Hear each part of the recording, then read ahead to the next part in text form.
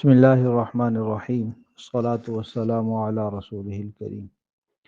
ام المومنین سیدہ عائشہ صدیقہ رضی اللہ تعالی عنہا سے روایت ہے صحیح بخاری اور مسلم وغیرہ میں کہ حضور نبی کریم صلی اللہ علیہ وآلہ وسلم رمضان کے آخری عشرے میں اعتکاف فرماتے تھے۔ جب آپ دنیا سے پردہ فرما گئے تو آپ کے بعد ازواج مطہرات نے امہات المومنین نے اعتکاف کو جاری رکھا۔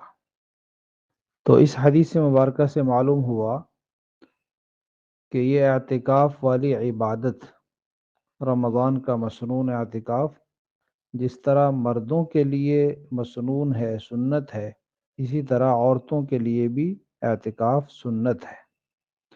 لیکن مرد اور عورت کے مسائل میں، احکام میں، ذمہ داریوں میں، زندگی کے دیگر امور میں اللہ کریم نے فرق رکھا، تو یہاں بھی کچھ مسائل میں فرق ہے۔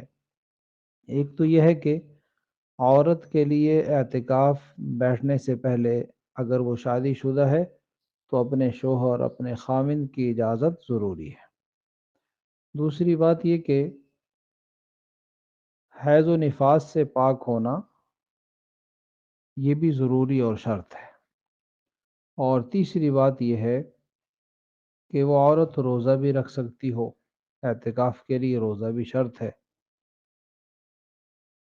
تو ان شرائط کے مطابق عورت اعتکاف کرے گی اپنے گھر کی مسجد میں، یعنی جہاں اس کو نماز پڑھنے کا حکم ہے وہیں اعتکاف، نماز کی جگہ میں ہی اعتکاف ہوتا ہے۔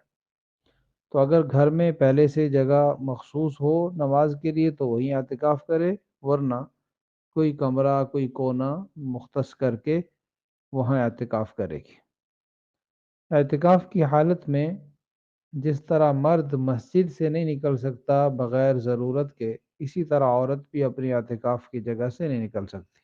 صرف طبعی جو تقاضے ہیں، بیت الخلاء جانا ہے یا غسل فرض ہو جائے تو اس کے لیے نکلنا ہے، اس کی اجازت ہے۔ اس کے علاوہ گھر کے کام کاج کے لیے یا سحری افطاری میں اپنے گھر والوں کے ساتھ شامل ہونے کے لیے نہیں نکل سکتی، بلکہ اس کا کھانا پینا، رہنا سونا مکمل اعتکاف کی جگہ میں ہی ہوگا۔ البتہ اعتکاف کی جگہ میں رہتے ہوئے گھر کے کاموں میں تعاون کر دے تو اس کی اجازت ہے، اگر ضرورت ہو وہیں بیٹھ کے کوئی سبزی بنا دی یا آٹا گوندھ دی یا کوئی اور ایسا کام کر سکتی ہو تو اس کی اجازت اور گنجائش ہے۔ لیکن بہتر یہی ہے کہ اس کا کوئی متبادل انتظام کر کے پھر اعتکاف میں بیٹھے، تاکہ اس کا سارا وقت عبادت میں ہی مصروف رہے۔ اعتکاف کی جگہ میں ضرورت کی بات اپنے گھر والوں سے کرنی ہو تو وہیں رہتے ہوئے بات بھی کی جا سکتی ہے۔ وہ گھر والے اس کے ساتھ اعتکاف کی جگہ میں آ کر اس سے بات کر لیں، باہر بات کر لیں، اجازت ہے، لیکن ضرورت کے علاوہ دنیاوی باتوں سے بچا جائے۔ ذکر میں، تلاوت میں، نوافل میں، دعاؤں میں، دین کی باتیں سیکھنے سکھانے میں، یعنی عبادت میں مصروف رہیں، یہ عبادت کا وقت ہے۔ اور اسی طرح اللہ جل شانہ نے منع فرمایا شادی شدہ ہے تو اس ازدواجی تعلق یہ بھی اعتکاف کی حالت میں منع ہے۔ البتہ خاوند سے ضرورت کی بات کی جا سکتی ہے۔